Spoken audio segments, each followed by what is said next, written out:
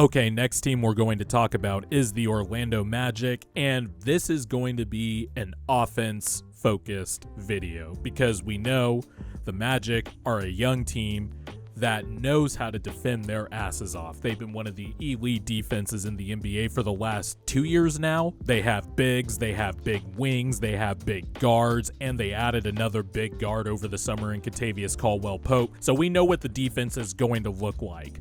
My whole concern with the Magic this year is going to be on offense, and all my questions are going to be centered around parts of the Magic offense. So let's not waste any more time. Let's get into the first question. First question I have, you could classify it as obvious, but I think it's more of a nerdy question because it relates to offensive rating. And basically the question is, can the Magic not have a bottom 10 offensive rating this year? Since Dwight Howard left the Magic, and this is a stat that Zach Lowe kept repeating on his podcast, and it is jarring even when you go and take a look at it multiple times. There is only one season the Magic have had since Dwight Howard left where they did not finish in the bottom 10 in terms of offensive rating. All the other times, they were ranked 21st or lower, and in a lot of cases, ranked in the late 20s and 30s. This Magic offense for the last 12 years now has been bottom 10, with the exception of the 2015-16 season where they were 17th in offensive rating per cleaning the glass. Now, there's a lot of reasons for that. Obviously, after Dwight Howard left, the Magic were going through a little bit of a transition period. Then there was that one season where they had like 10,000 power forwards on the roster. And now we're in this new era where it's led by Paolo Banchero and Franz Wagner. And the offense is still bad, even though this team is clearly on the rise and are poised to win 50 games this year. So my question for the Magic, in order for them to take that next step, in order for them to be a top 5, 4, even a 3 seed, because I think they're one of the teams, along with the Cavs and the Pacers, that can knock on the door of the other top 4 teams in the East, can they not be a bottom 10 offense? That is the question. And there are many reasons for that, and there are still questions within this offense I'm going to be tracking to see if they can finally just have even a average or close to average offense. Continuing the theme of how the Magic can break this trend of bottom 10 offenses is we're going to talk about the three-point shooting. And the basketball question I have is, how much does the KCP signing actually help the Magic's three-point problems? Not only were the Magic 29th in team attempts from three-point range last year, they were also 30th in makes, and there's a number of reasons for that. One, their best players, Franz Wagner and Paolo Banchero, especially Franz Wagner last year, we'll get to him later on. They are just not reliable three-point shooters yet, and there is not a lot of high-volume attempt guys on the Magic. The highest guy was Jalen Suggs at 5.1, and he shot nearly 40% from three, but Jalen Suggs, from his first 2 years, had to work his way not only through injuries, but also work his way to having that number of attempts per game last season. So not only do you have a lot of guys that attempt a low amount of threes per game, a lot of the guys in the Magic's main rotation just weren't league average three-point shooters. Franz Wagner, Paolo Banchero, Cole Anthony, and then the guys that did shoot above league average like Wendell Carter Jr., Gary Harris, they didn't even reach 4 attempts per game. So does KCP help? Well, last year, he was still a low-volume three-point shooter, but he's still been one of the best shooters in the league for basically the last 5 seasons now. Shooting 40% last year with the Nuggets on 4 attempts per game, shot 42% the year before during their championship run. But does that actually, one, boost the Magic's three-point attempts?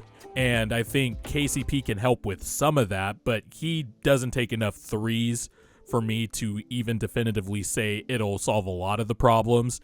It'll have to come from guys like Jet Howard, who hopefully in his second year can display the shooter that he was at Michigan. And hopefully Jalen Suggs can continue his improvement from three-point range, but it's going to have to come from a number of places, especially this next guy that I'm about to highlight. The spotlight question. Franz Wagner.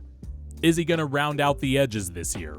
I am very high on Franz Wagner. I'm actually high on the duo of Paolo Banchero and Franz Wagner I have done plenty of videos on those two and the Magic and their forming identity of just having 6'8 to 6'10 wings, ball handling, and doing a bunch of stuff. But Franz Wagner last year, one of the more under-discussed things at the national level and the broader basketball level was his decline as a three-point shooter, and that really reared its head in the playoffs last year, especially in that Game 7 against the Cleveland Cavaliers. 28% from three, after having 2 previous years where he shot 37% and 36% from three.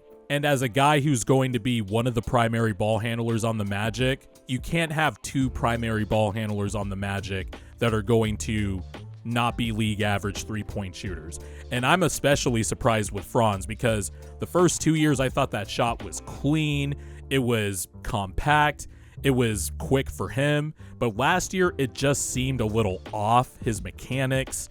Whenever I watched him, I was like, wow, his shot looks kind of different from the previous 2 years.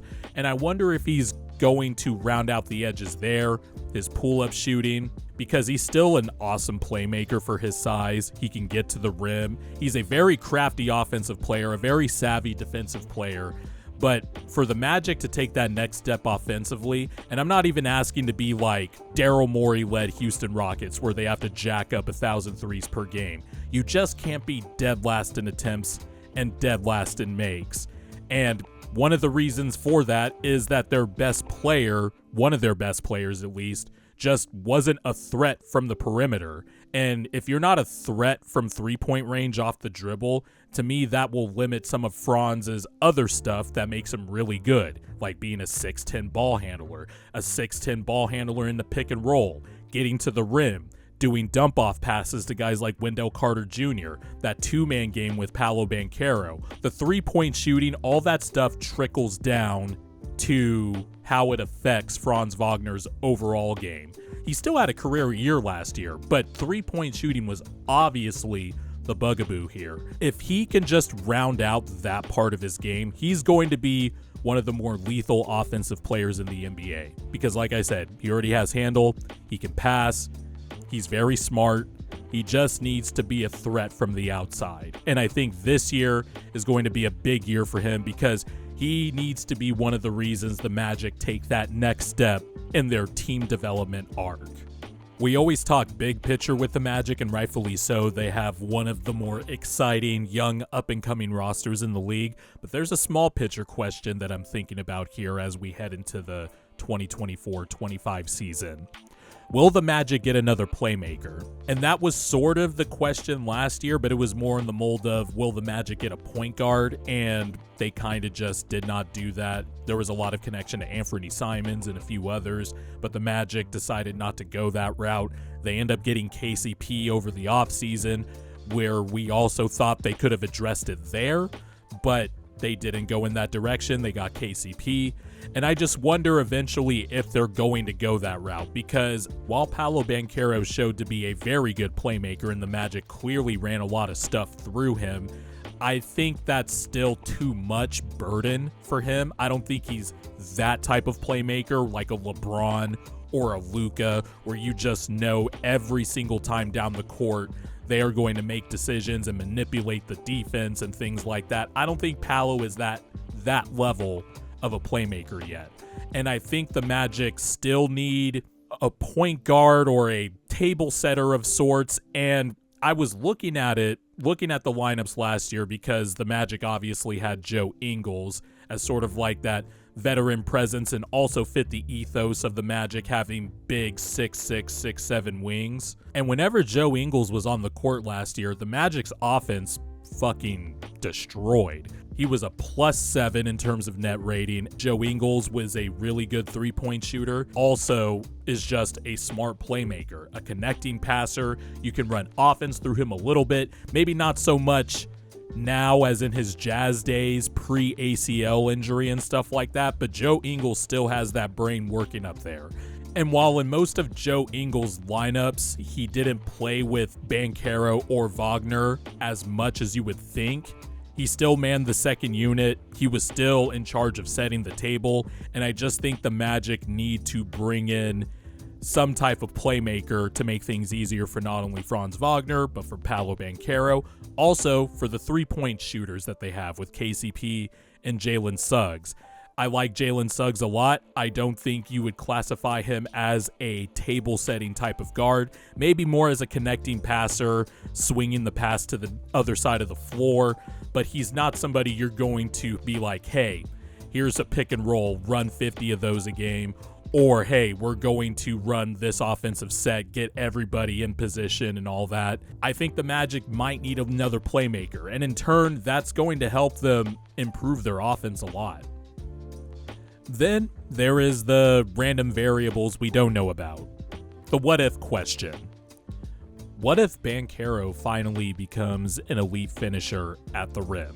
That's actually been one of my few criticisms of Banchero. Despite being 6'10", 250, he actually has underwhelming rim finishing numbers. 62% his rookie year, 64% last year. And quite simply, he needs to be stronger and better at finishing at the rim. He is giant. He is a walking mismatch. He handles the ball a lot. The Magic trust him to run so much of the offense. And the crazy thing is he upped his scoring average to nearly 23 points per game. Higher percentage on 2-point field goals last year. So he is raising his efficiency every year. But all of this can be blown out the water if he simply becomes a better finisher at the rim. Franz Wagner, that's one of his strengths. One of his strengths the last few years is finishing strong at the rim, shooting 66% in the 22-23 season and shooting 67% in the 23-24 season. Banchero needs to be a better finisher around the rim. And maybe that solves quite a bit of the Magic's clogged toilet offense problems, and maybe the emphasis on three-point shooting isn't as needed. But regardless, the Magic need a combination of things. They need better three-point shooting, more volume, and they need their best players to not only round out their offensive edges, but Paolo Banchero, the former #1 overall pick, at 6'10", 250, if he can improve his rim finishing numbers, the Magic's offense could really take off and not be in the bottom 10.